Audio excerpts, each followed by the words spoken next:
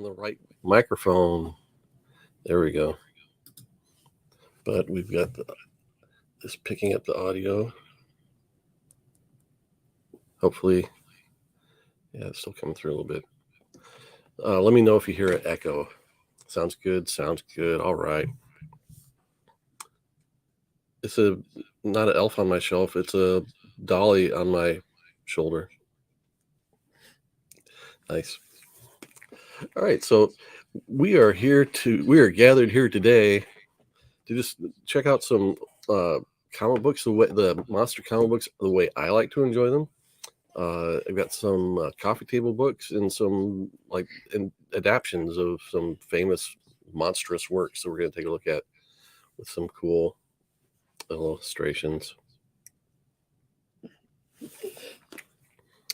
ready to get started? Yeah. All right. Yeah. So let's see here. We will introduce our friend, Mr. Camera 2, and we'll give him the spotlight. So hopefully this will come through clear enough. We're starting out with showcase edition of House of Mystery. Hey, before we get started, let's shout out our guests. We got Unruly Simeon and our good pal Al Shell in the audience with us, co-host on the Comic Book Clobbering Time Saturday morning shows. So we got the House of Mystery showcase. Now, the reason I like the showcase format, okay. The reason I like the showcase format is because part of the appeal to me in these is the art and the fact that it had some incredible art done by guys like Neil Adams had work in this. Stop, Bailey. Sergio Aragones had little cartoons in it. Sergio did some writing in it. Probably some Dick Giordano. Bailey, stop.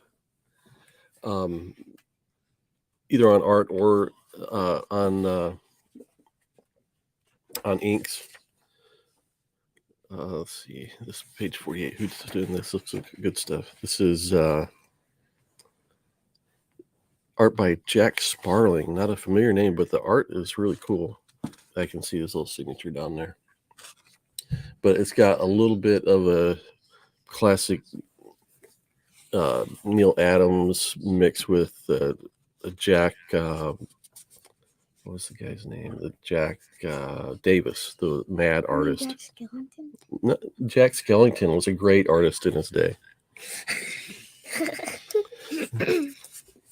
In fact, this looks so close to Jack Davis. I wonder if he was using a pen name.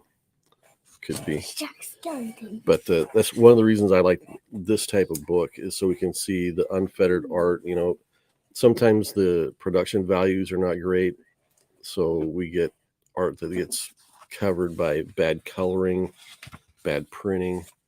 So this just gives us a chance to look at just the pure line art. So there's a Sergio page. Let's see who did this. Maybe Alex Toth. Have an Alex Toth appearance.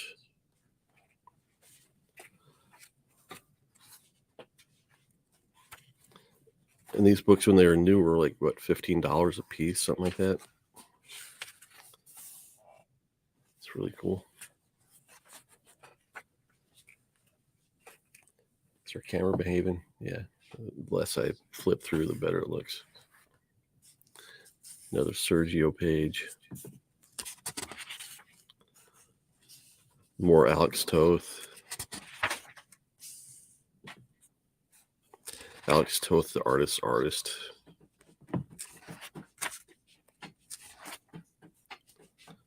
So the good thing about these, if you pick them up, if you can pick them up on the cheap and then go down and hunt the individual issues you like, you will know what's inside underneath those great covers. There's more Alex Toth. There's plenty of Alex Toth and Neil Adams both in this edition.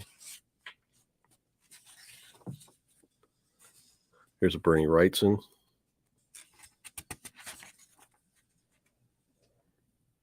That's pretty amazing stuff.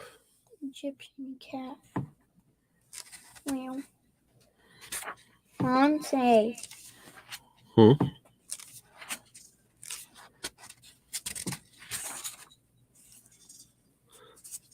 Looks like Sergio got a page in pretty much every issue. Here's the Neil Adams. Nightmare.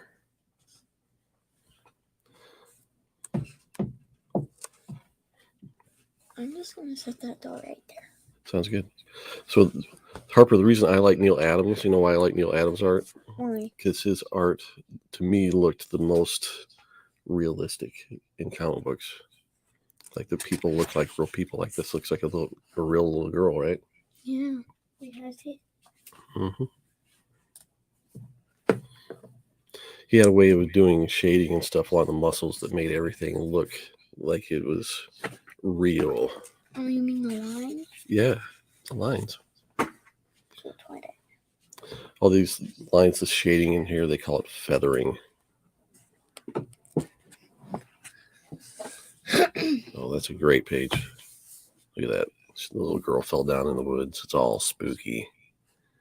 Got the creatures coming in out of the dark to get her. Like the rat creatures in Bone? Mm-hmm. Yay. I'm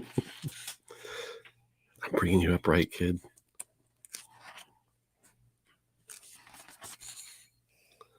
More Alex Toth. See, Alex Toth is the opposite of Neil Adams. Alex Toth drew as little as possible and made everything look great.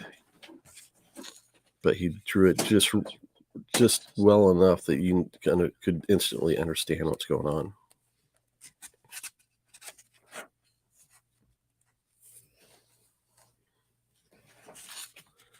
There's a lot going on in this one.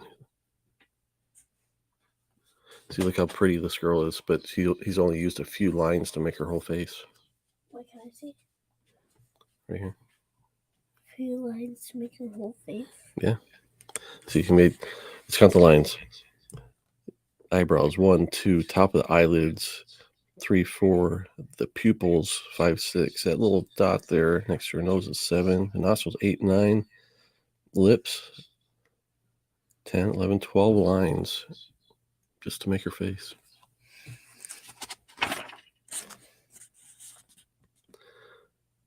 What are you doing, Bailey?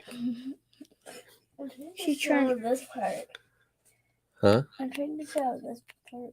Yeah, I know. She's trying to give you sponsors. She's trying to sponsor my show with her marker cap. Yes. All right, that's enough of this one. I'm gonna go get Bone now. You're going to get Bone now? That's your favorite monster? Hey, can you take that doll with you? We're going to need this space. Next is a book like it. I'm not going to flip through a lot of this one. I got the 2 next books right here. Okay. But The Witching Hour was another of DC's Bronze Age horror series. This looks like more earlier Alex Toth, possibly. It got Batman in it? Nope. Batman never made an appearance. But the fun thing about these DC Bronze Age horror book, this is the 12 o'clock, the Witching Hour. Each book had a host, and in the Witching Hour, it had the 3 witches. Bruh, you should have done 3 a.m. Why 3 a.m.? 3 a.m. is the devil's hour. Oh, wow. Where'd you learn this, in school? Enough public school for you. No. So yeah, the Witching Hour had these 3 witches. What's the Hocus Pocus 2 was the movie you watched recently with the 3 witches, right? Yeah, and then there's Hocus Pocus. I prefer the second one better. Oh yeah? Yeah. So this is Bernie Wrightson. Makes an appearance. He draws a nice witch.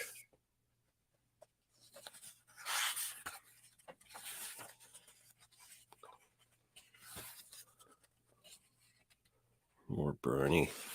The first 12 issues of The Witching Hour are really solid material, but they also usually carry a pretty solid price tag with them. Alex Toth always did the intros with the witches, at least early on. So like I said, we're not going to dwell too long on that series. What do you want to show? You want to show Bone? Oh, spooky. What? You want to show Bone because of the rat creatures? Yes. This is the one There are I'm rat reading. creatures in this book. You can look at this book for reference. Okay. Ooh, spooky. Oh, that's the dragon. Don't do that. Oh no, I gotta show you something really creepy in this book. That guy right there. That guy right there is creepy. That guy right there looks like a gorilla. There's the rat creatures. Rock creatures. Yeah, I've And then we've gotten got, past that part. I've gotten to the Smiling winter. in a cow outfit. I got to the winter. It's concerning. You got the winter. That's my favorite part when winter Yeah. comes. Yeah, because that's when chapters 2 Oh, start. yes. Okay, we're sticking to a theme here. So Marvel did their Bronze Age horror, and the most famous, or DC did their Bronze Age horror, and the most famous Marvel Bronze Age horror was the Tomb of Dracula. So again, I like the essential editions because you get a ton of content, and it's all in black and white, so you can really get a good look at the artwork. A lot of the Tomb of Dracula run was drawn by Gene Colan. Gene Colan didn't do this particular story. I want to see who did it though. This is Frank Springer. Oh no, Don Heck, and then Frank Springer inked it. I don't know if Don Heck might have looked better anywhere else. It's pretty good. Don Heck right here. He did a heck of a job. He's upside down. He's upside down. Yeah, he's being thrown in the ocean. Cool. No! You want to go swimming? No! So here's that Gene Colan stuff. Is that Blade? Is this the issue with Blade? Not sure if it is or not. So Tom Palmer, I think, was the inker over Gene Colan. And Gene Colan drew with a really super sketchy style. If you find his Nathaniel Dusk work in the dollar bin somewhere, would you stop, please? Find his Nathaniel Dusk stuff somewhere. That's going to be the purest to look at Gene Colan because it's pretty much just they scanned his pencils. But great inking here over his pencils because you can imagine how smudgy an image like this would have been, just drawn with the sides of the pencil. And then this is like super tight.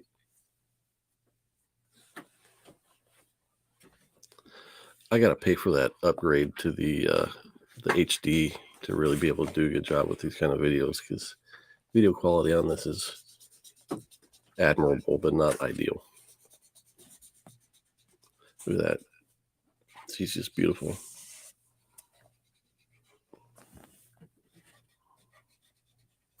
Oh, there's a good image of Drac himself.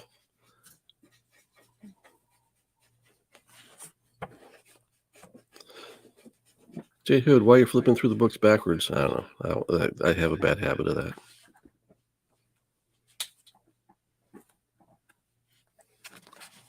Sweet.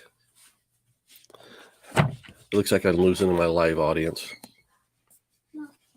What? Nothing. You can give up. Okay. All right, next. We only got one eye up there. Oh, well. One person watching.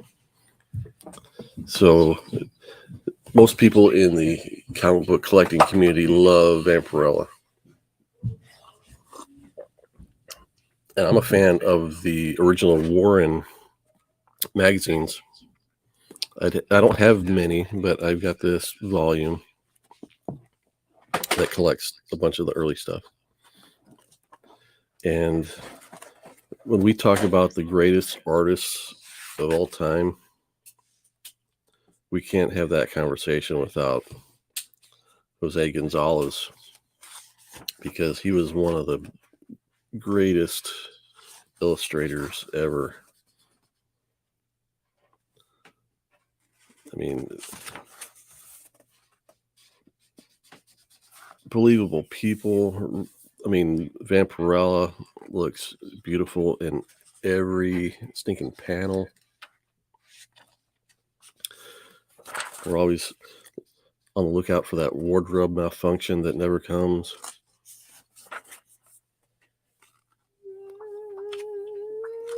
Just awesome work. The stories were kind of kitschy and straightforward, but just eye candy to look at. I don't know that they ever had a real storyline that developed that kind of carried on long term or not. They may have. Fans of the character that know more about it than me would know. But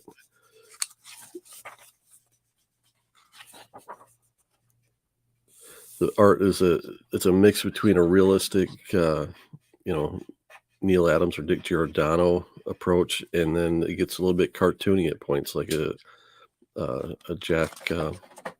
I keep forgetting his name. Jack from Mad Jack.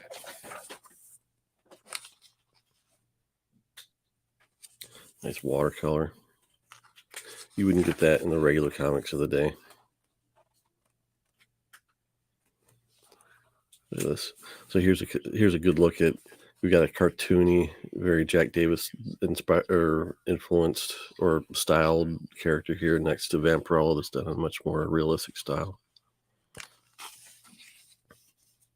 Growing up in the 70s, you remember seeing scenes like this.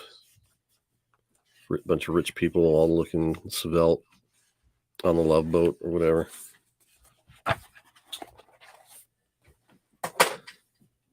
That's vampy. All right, so this one's going to be a challenge to put on the table. Stand back, Bailey. Things are going to get big. Can I show off something? You got to show off something. What do you got? What have you been drawing? Show your drawing. Put it right here. Pizza. Pizza, pizza. Pizza, pizza. Oh, let's see how much of this will fit in the frame. Gigantic. I know, right? Yeah, you can't fit that all. Another guest appearance. No. Oh. So let's see. So this is a IDW Artifact Edition, Bernie Wrightson's Swamp Thing work. This is one of the few editions that they actually went back to print on. This is a second printing. But I feel fortunate to be able to pick up a copy. These books, once they are out of stock and out of print, they get pretty pricey pretty quick. I mean, they already start out at $100 or $125 a piece. Intro by William Michael Kaluta. I mean, it's hard to portray the scale of this thing.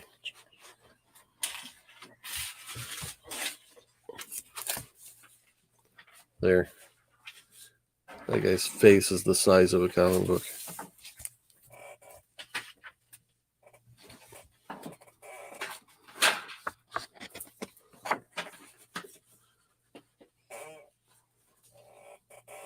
Dark Genesis. So this is from Swamp Thing 1. Probably my single favorite Swamp Thing story. Just because it's so clean and timeless, similar to Star Wars New Hope. You get the entire story all in one episode or volume.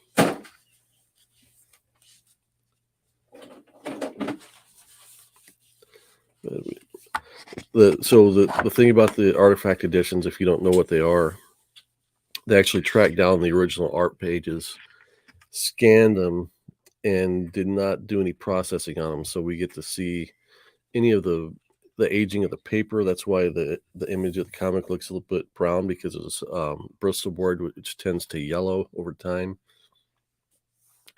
They'd have tape things, stuff like that, that's going to yellow even more. But then things like whiteout will stay whiter. So you're able to see any changes in the artwork that might have been painted on after the fact. So you can see in this image, there's virtually no whiteout in the illustration itself. So Bernie Wrightson had excellent precision in his rendering.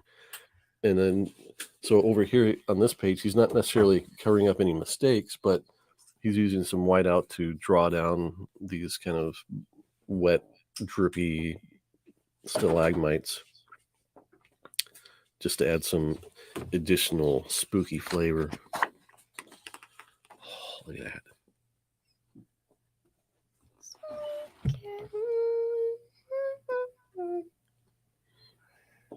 Did you start singing Sweet Caroline? Is that what we're doing? No. You can feel free. You've got a No. beautiful singing voice. Let's get rid of that branding.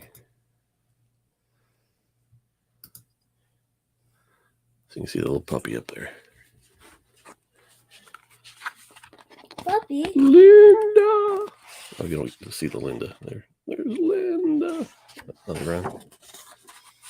So this doesn't necessarily have every page. Sometimes these IDW books have entire issues or storylines in them. I remember last year on the day that we went to get our pumpkins, I got my first non-ananas prize. Really? Mhm. Are you sure? Last year? Sure it wasn't 2 years ago? It wasn't. No, it was last year. Okay. So this is another excellent rendering from Swamp Thing number 2. Was it the pink one? Because that was your very first one. So Bernie Wrightson's famous for his excellent draftsmanship as far as like the figures, the wrinkles in the clothing all look realistic and believable. And then his feathering in his ink style is just sublime.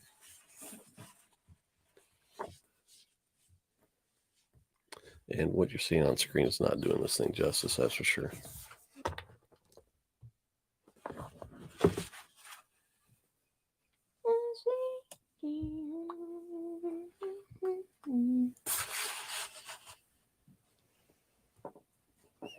There's hopefully a little bit better look at it.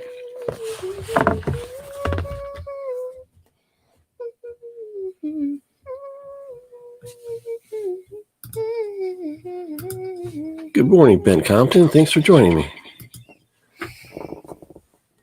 So just flipping through this Swamp Thing IDW Artifact Edition. About to wrap this one up and move on to the next book.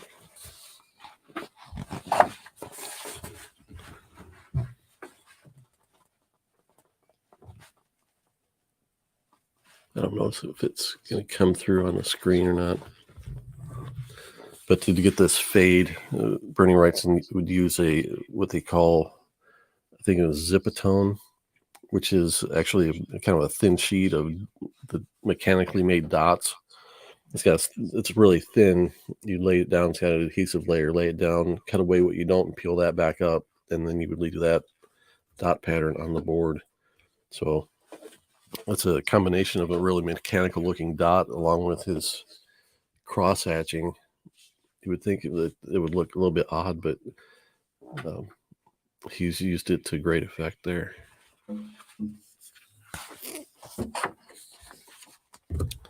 So let's flip back further. I mean, this book, this is one of my favorite stories right here. Where he's fighting, who is it, the Animen or something like that. This thing's got a gatefold.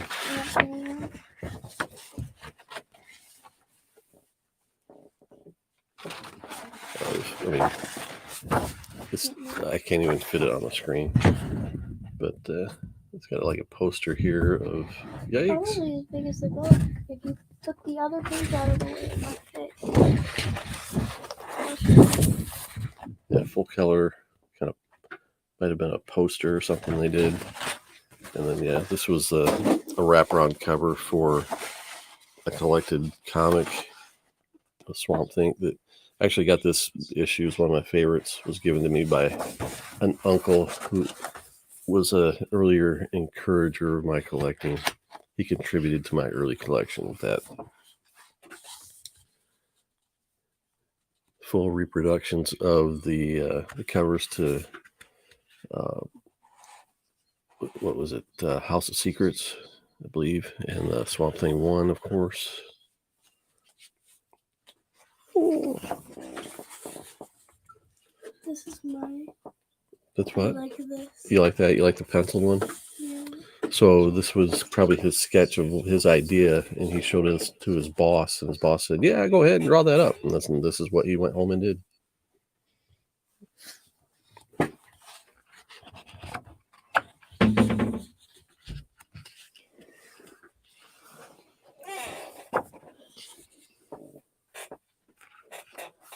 So you can see here where it's really aged pretty badly. House of Mystery covers. This little globby thing is just incredible, the rendering that he's got on that.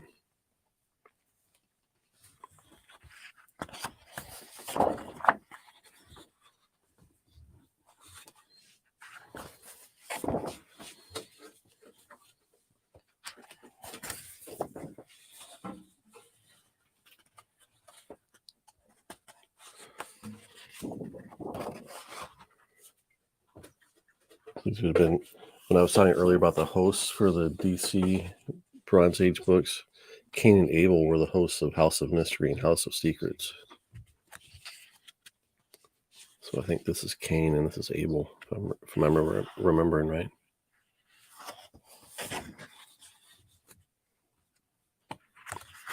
This looks a lot like his Frankenstein work, this page right here.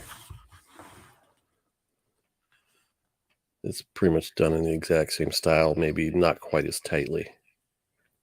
So with that said, let's move on to that book.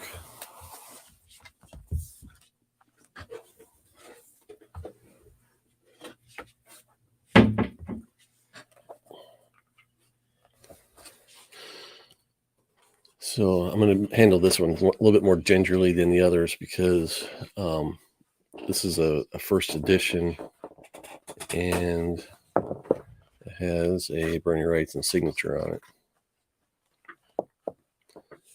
But I think it took him something like 8 years to do all these illustrations, and I can't remember exactly how many illustrations he did.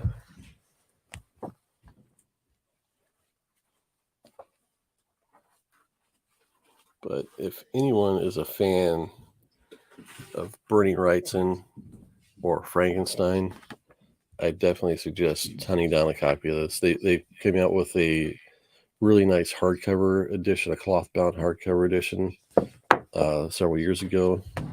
It's a good edition to get. And it is just the Mary Shelley text with Bernie Wrightson illustrations throughout.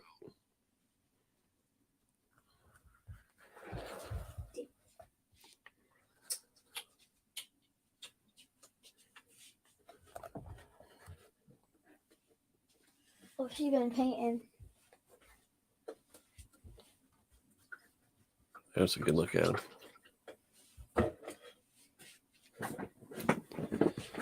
But just the mastery and the shading that he's getting in here. I mean, like I'm a classically trained illustrator artist. I can tell you, putting a bunch of black lines next to each other and having it turn out looking like a face and shadow is very difficult.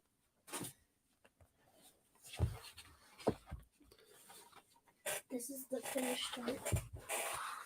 I just painted over it. Nice. I'd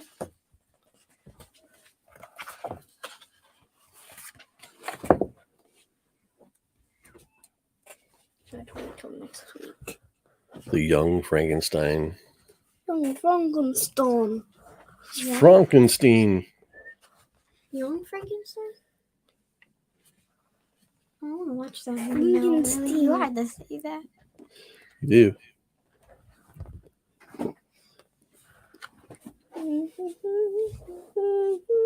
So if this was coming through better, I would go through probably like every illustration and show it off, but it's not looking too great on camera or on the screen. This is one of my favorite ones, where he's picking at this cadaver, and we've got these ghosts hanging out in the background. We've got like a Grim Reaper dude. Where's the Grim Reaper? Do you see him out here in the shadows? Ooh. And then we've got a little demon-looking dude up here, and some other dudes up there hiding in the shadows. Hiding in his shadows. Yep. Frankenstein. Like, I see Frankenstein. It's all about Is that chapter Frankenstein. What? That's my hair tie. That's my hair tie. That I Well, went let's not upstairs tie and over a did. hair tie live on YouTube, okay? But I need to put these back on it.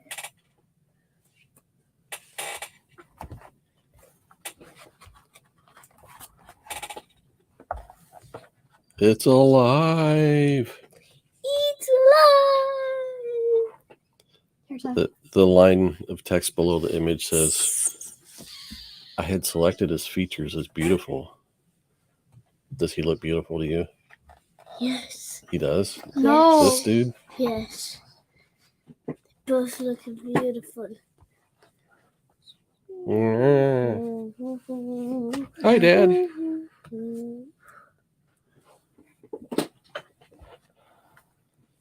As densely rendered as some of those others were, this is sublimely simple.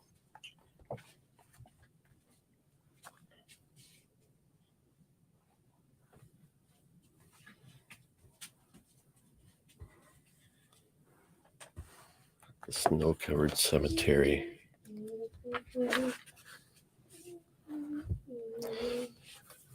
He puts dates on them, and some of them, you know, you can see like the amount of time he spent over the years working on it. I'm betting this one from 77 is probably one of the earliest ones, because it looks the most like his published comic art at that time. But he had started complicating it with a lot of this rendering of the dark shadows and stuff.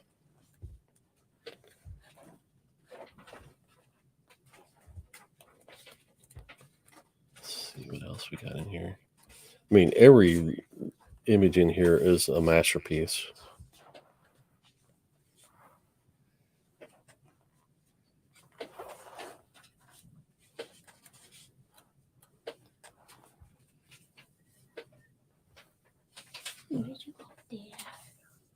Huh?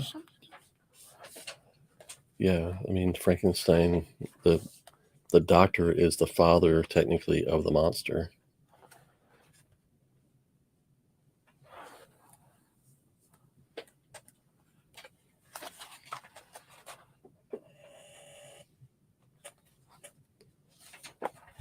And then the cover, the wraparound cover, is that. It's another just incredible piece of work. All the detail that is gone into all this stuff, all the beakers and books and cobwebs, let alone the rendering on the creature and the doctor. Again, not coming through super well, but you get the idea. Good morning, Captain Comics. How you doing? Good to see you. Thanks for joining. Ben Compton knows what's up. Magic Lasso, thanks for joining me, man. We've got guest appearances by the Young Hoods over here.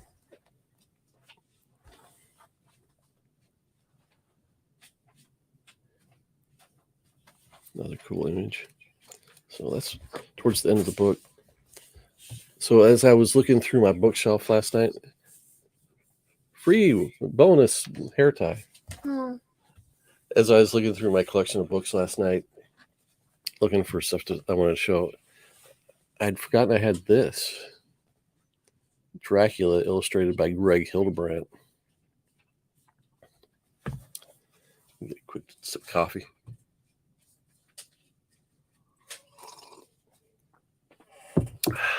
So Greg and Tim Hildebrandt were famous illustrators. Did a lot of Tolkien-oriented calendars. I think for years and years they did an annual calendar of their work. Towards the ends of their careers, they kind of split up and each one did their own thing. And Greg did a series of book adaptations, including Dracula. He also did Wizard of Oz and Peter Pan. Grocery store? What time do we get to go in? I think she's just doing a pickup.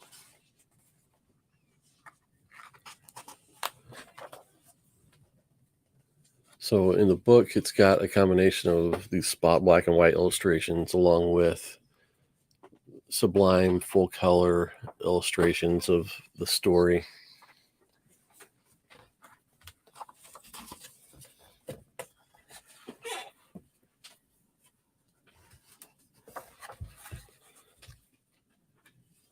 "29 illustrations." And so the Hildebrandt brothers, when they were working together, you couldn't really tell who was doing what. Like their styles blended together so well that they could both sign a piece of work and it was legitimate. They both put No. paint on the board. I said no. So Greg and Tim are the names, and this is Greg. If I look at their work, I think Tim becomes a little bit more cartoonish in his drawing style, and Greg is a little bit more realistic. And they both use the same kind of color palettes. Although I think, again, who is this? This is Greg. I think Tim gets a little bit more, uses a little bit brighter, uses a lot more harsh warm and cools. Yeah? Huh?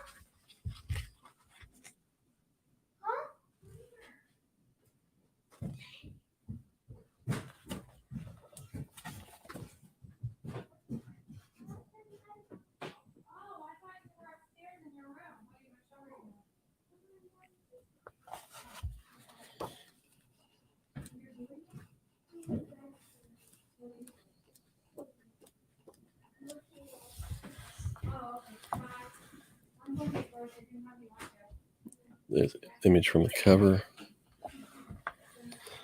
Sorry, I'm listening to a conversation happening in the background.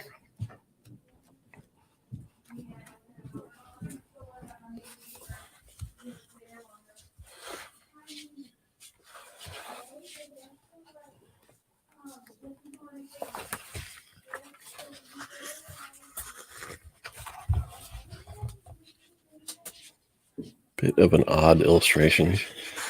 I've never read the original Dracula text or the Shelley Frankenstein for that matter. He looks creepy. He does look creepy. I mean, for a book called Dracula, they're not showing that many pictures of Dracula in here.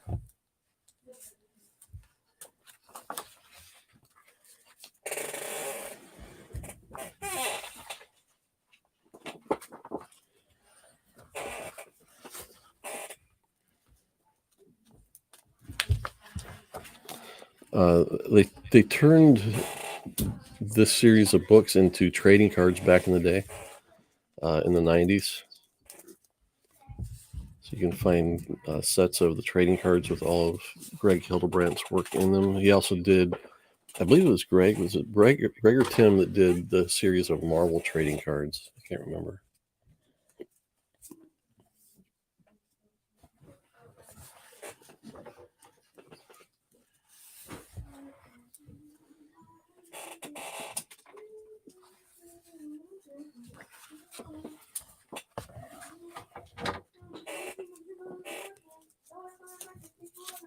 Pretty creepy. Excellently painted in acrylics, though.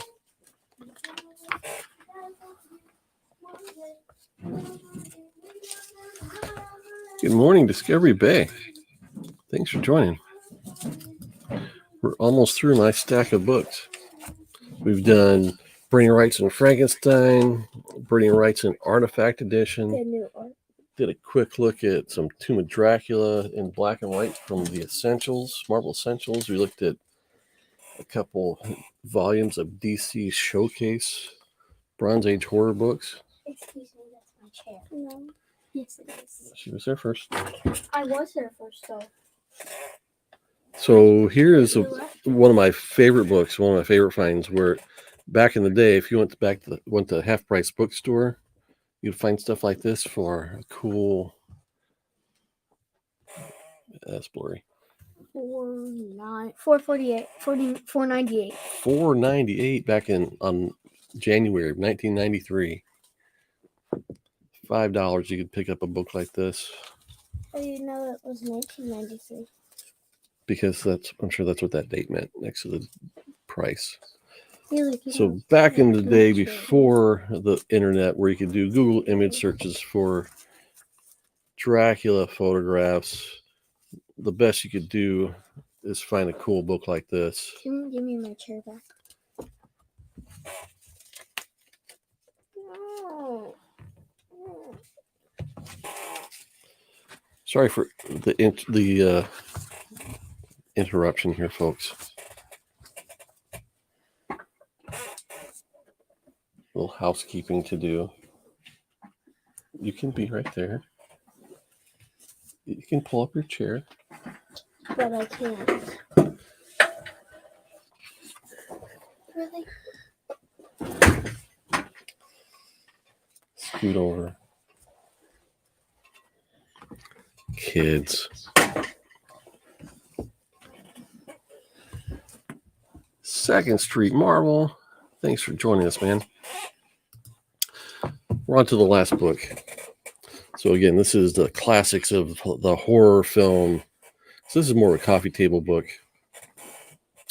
Like I was saying, back in the day before we had the internet, if you wanted to go back and relive your favorite memories from horror movies, you had to go find a book to look at.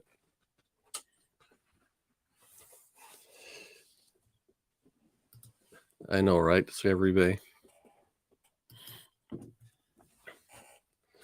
So this book kind of divides everything up by category. So they'll do a section on some of the silent movies. And I think they followed up real quick with my favorite Frankenstein. Let's find the Frankenstein part. How come we don't get dudes looking like this in movies anymore? I guess we're doing like The Hobbit and stuff like that, but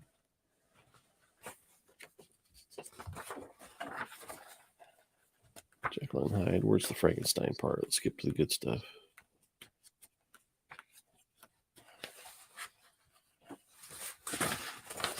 Oh, it's only a page away.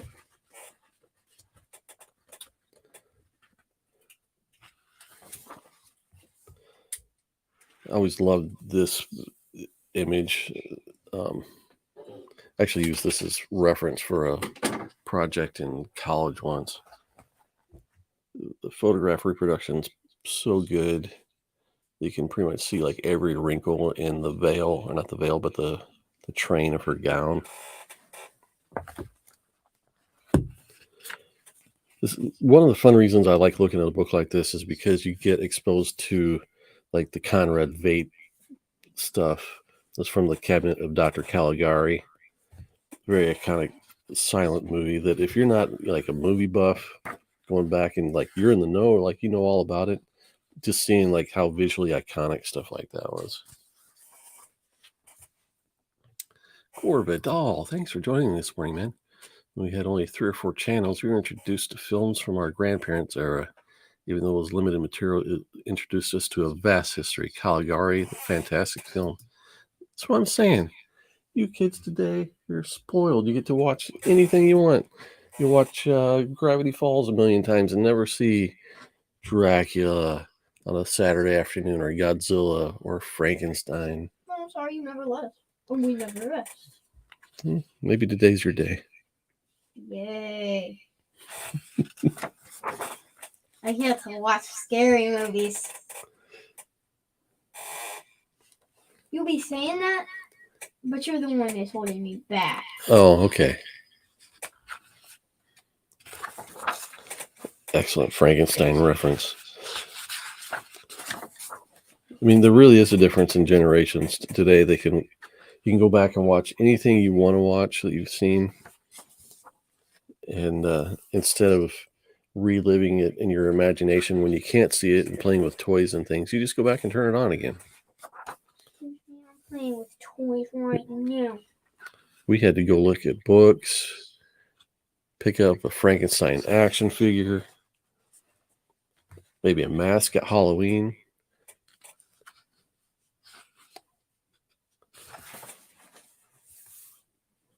So this is the Lon Chaney Jr. version of Frankenstein's monster. I just recently, in my adult life, went back and watched the first Hammer version of Frankenstein, and I started watching the first Dracula as well. And it definitely stands up as great filmmaking. Oh, nah, bro. Nah. When did these scary movies come on? I never saw them. In the afternoons. Well, if you live in our area, you picked up like Channel 9 or Channel 32 on a Saturday afternoon would always have something scary. Or you could, I know when I was really young, they had Creature Feature on Friday or Saturday nights. This was back before Saturday Night Live on Saturday nights. You'd watch Creature Feature. And they would just kind of cycle through all these old horror movies. I remember staying up time after time to watch Frankenstein and falling asleep before the monster came on.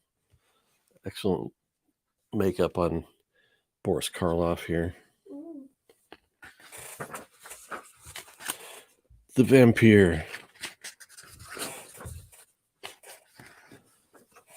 Here's a silent movie. Murder by the Clock. So this would be, what's the movie? Murder, London After Midnight. Oh, no, Jekyll and Hyde.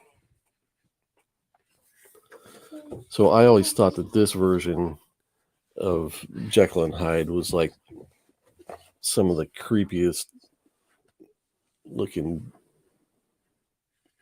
character makeup.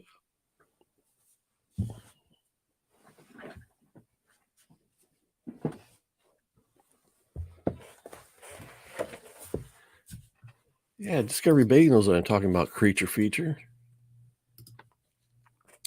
Historical knowledge has been the price paid to access the unlimited entertainment from all over the world. There's no homogeneity or consensus. It's so disparate. It's true. Except for us old guys that know what's best. Good morning, Matthew Pope.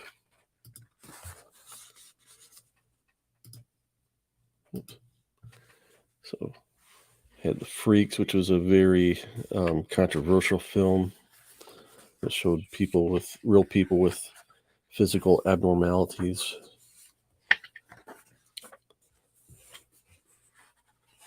Okay, what movie is this? This is White Zombie. Okay. Bela Lugosi and White Zombie. Super creepy looking.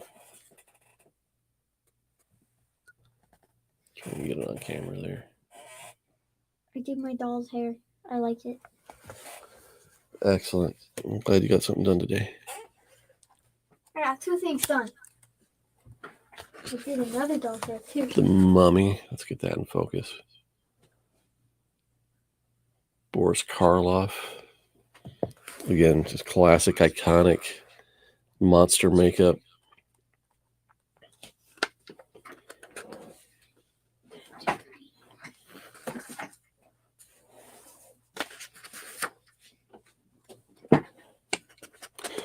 And by looking at a book like this, you see all the different versions of these creatures that have been done over the years. I know this isn't going to come across great, but that is just an incredible photograph. Lionel Atwill.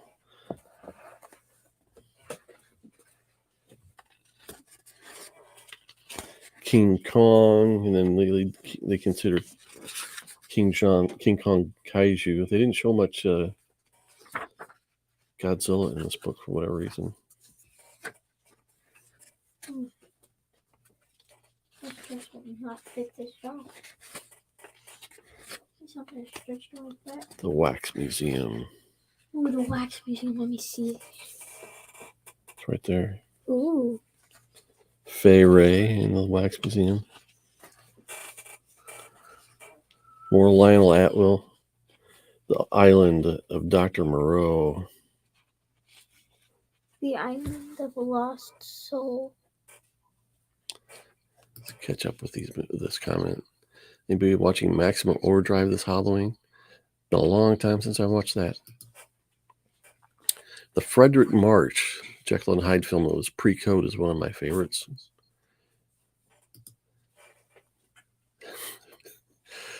Maximum Overdrive, worst movie ever. Yeah. It's amazing how many of the films you're showing were shown on weekends. I remember seeing most of them growing up, right? And like, you think of all the streaming stuff now. Where can you go and stream The Island of Dr. Moreau? I couldn't tell you. I know. I think the Universal Monster movies are on Universal, which is Peacock.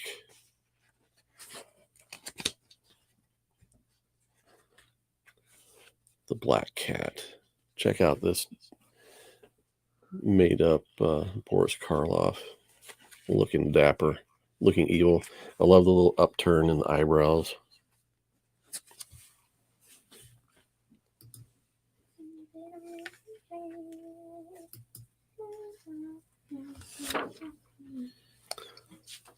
The Mark of the Vampire in London After Midnight. Here we go. So there's Mark of the Vampire, which also had Bela Lugosi. So I'm not sure how related that is to Dracula, but this is excellent with the spooky cobwebs in the windows.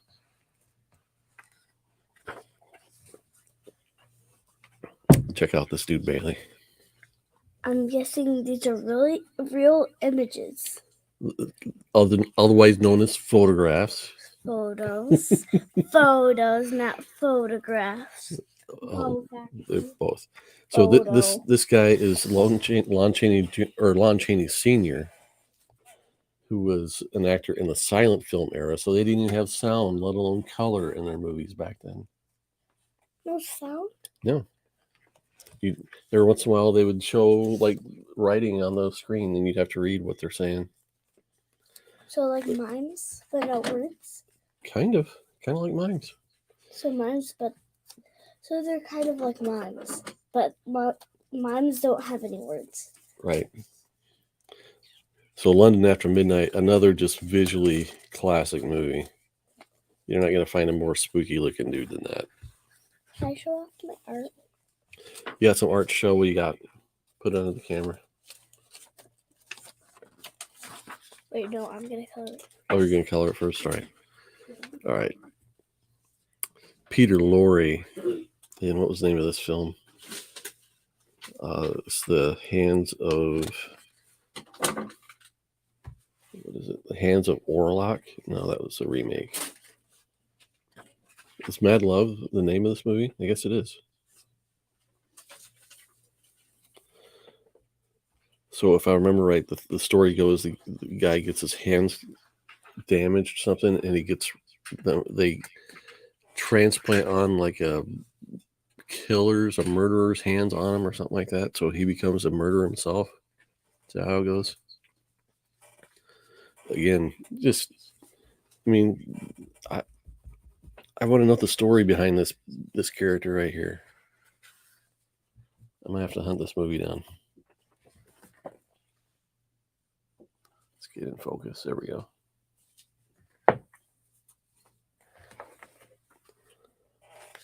The chrome hands. Peter Lorre. He talked like this. Another great image of Boris Karloff. The Black Room.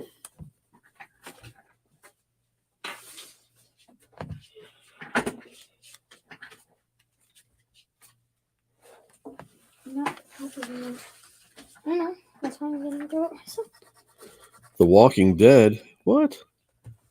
Boris Karloff was in The Walking Dead? How do you know who those people are? Well, Boris Karloff was a pretty famous guy. And if you know your old classic horror movie stuff, you know who Boris Karloff is. He looks pretty iconic. The Devil Doll. All right, let's skip ahead. Let's get this wrapped up. I think we're looking for Dracula. He's in here towards the end.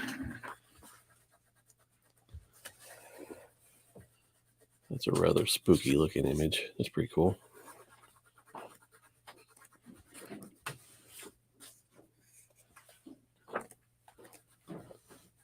Cat people.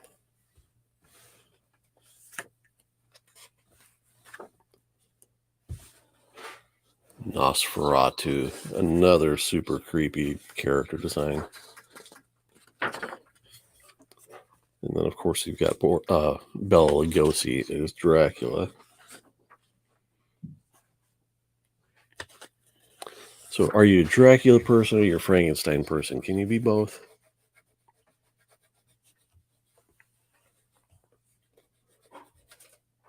Amazing image. I'm probably a both. You're a both, Bailey? Yeah. Are you? I'm a Frankenstein guy through and through. Why? I don't know.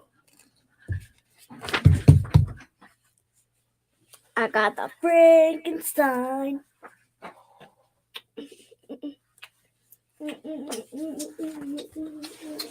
There's the Hammer version again. Let me tell you, Hammer had, they had a pipeline of beautiful women coming into their movies. They're all just completely idealized, picturesque beauties.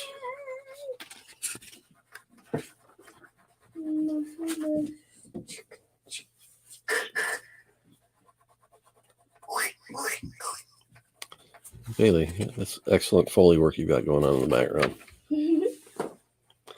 Werewolves, the Wolfman,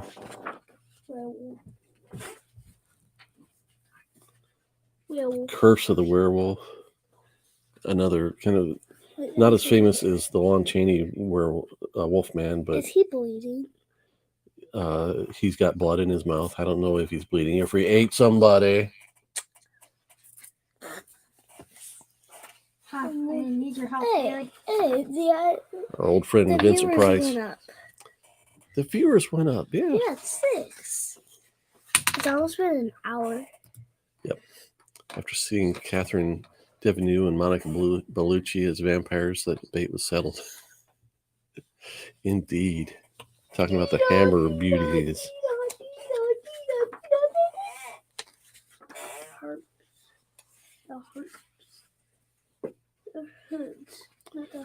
Just can't go wrong with a guy in a monkey suit.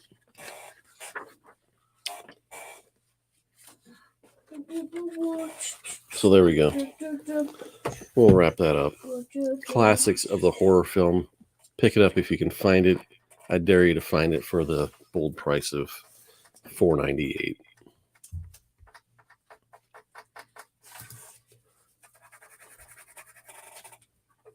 There we are.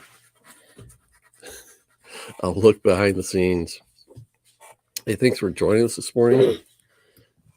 Or anytime if you're watching the rewind. So leave a comment if you enjoyed it. Let me know.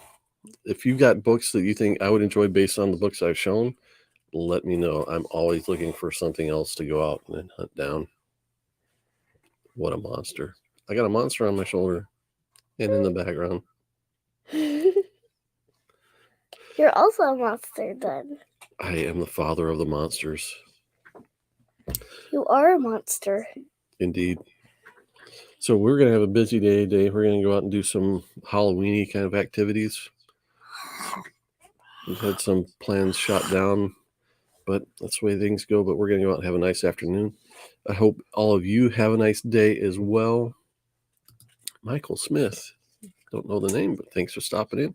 Matthew Poe, thanks for watching. Gore Vidal, always appreciate having you on the show to provide your insight. Magic Lasso, I try. If I don't just share what I've got, then I'm not doing this right. Whether it's Camera knowledge one, or stuff. camera two. Mara. So you guys have a great day. I think we're going to have a fun day. Thanks for joining me. Hit the like button, subscribe. I never say all that stuff you're supposed to say. So there you go. Join us next weekend at 10:30 for our regularly scheduled edition of Pop Culture Clobbering Time, where I think we're going over street level superheroes or characters. So we got that. I'm gonna have a haul video pretty soon. Nothing, no big keys. I've just got a fun stack of stuff I want to show. So we'll do that coming up soon. Until then, we'll remind you, keep your priorities straight. Faith, family, comic books. See you next time, guys.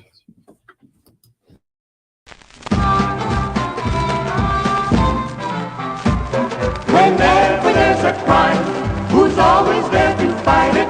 Whenever there's a wrong, who's always there to right it? When someone breaks the law, who do people holler for? It's the Batman, it's the Batman.